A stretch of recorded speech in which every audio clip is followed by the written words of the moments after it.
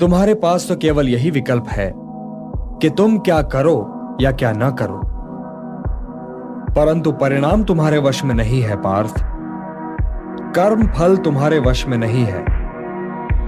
तुम्हारे अधिकार की सीमा इस विकल्प पर समाप्त हो जाती है कि तुम युद्ध करोगे या नहीं करोगे, किंतु युद्ध का परिणाम तुम्हारे हाथ में नहीं है। यदि तुम विजय चाहो भी तो यह आवश्यक नहीं कि विजय तुम्हारी ही हो जाए, तुम्हारी पराजय भी हो सकती है। किंतु यदि तुम विजय से मोहित नहीं होगे तो पराजय से भी नहीं घबराओगे। यदि तुम ये सोचो पार्थ कि चाहे विजय हो चाहे पराजय, किंतु तुम तो केवल इसलिए युद्ध कर रहे हो कि युद्ध करना तुम्हारा कर्तव्य है, तो विजय के सुख या पराजय के दुख का प्रश्न ही नहीं उठता।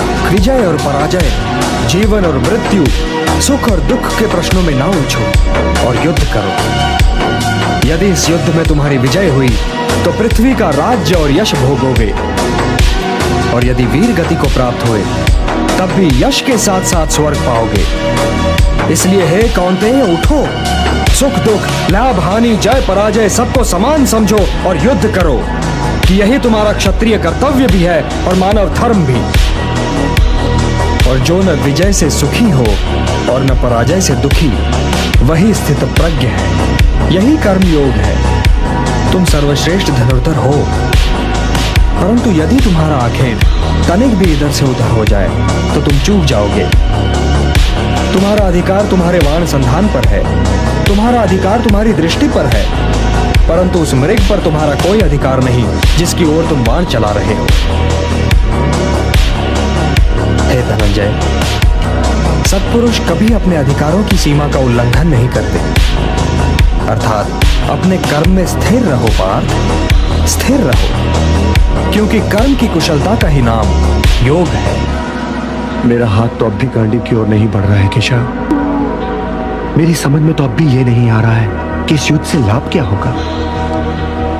तुम ये निर्णय केवल इसलिए नहीं ले पा रहे हो पार्थ कि तुम इस क्षण को केवल व्यक्तिगत लाभ और व्यक्तिगत हानि के तुला में तोल रहे हो। यही तो मोह का बंधन है पार्थ, यही तो तुम्हारे शोक की जड़ है, और इसीलिए तुम्हारा ये कायर, पलाय और कलंक में डुबोने वाला शोक न तुम्हारे हित में है और न ही समाज के हित में। यह शोक न वर्तमान के लिए शुभ है और न ही भविष्य के लिए। लाभ और हानि की इस कामना में न भटको पार्थ, न भटको, केवल कर्म करो, कर्म।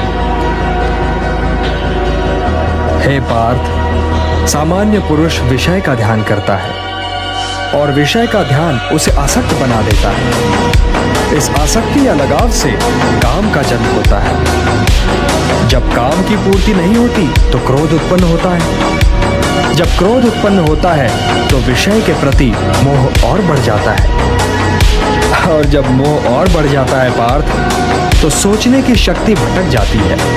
जब सोचने की शक्ति भटक जाती है तो बुद्धि का नाश होता है, और जब बुद्धि का नाश होता है तो मनुष्य का सर्वनाश हो जाता है। और हे कुंती पुत्र, तुम्हारा ये मोह तुम्हें बुद्धि के विनाश की ओर ले जा रहा है। तनिक सोचो पार्थ कि जिसके पास बुद्धि ही ना होगी उसे शांति कैसे मिल सकती है। वो तो शांति और अशांति में अंतर ही नहीं कर सकता, और जो शांति को अशांति से अलग तक नहीं कर सकता, वो भला कैसे सुखी हो सकता है।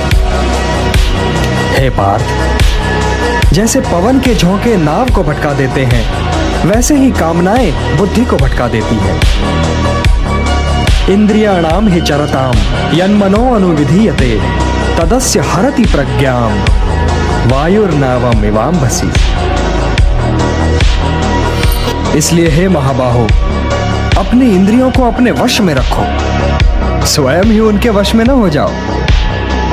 पार्थ, यह बात ध्यान से सुनो और समझो कि जब संसार सोता है तब मुनि जागता है, और जब संसार जागता है तब मुनि सोता है।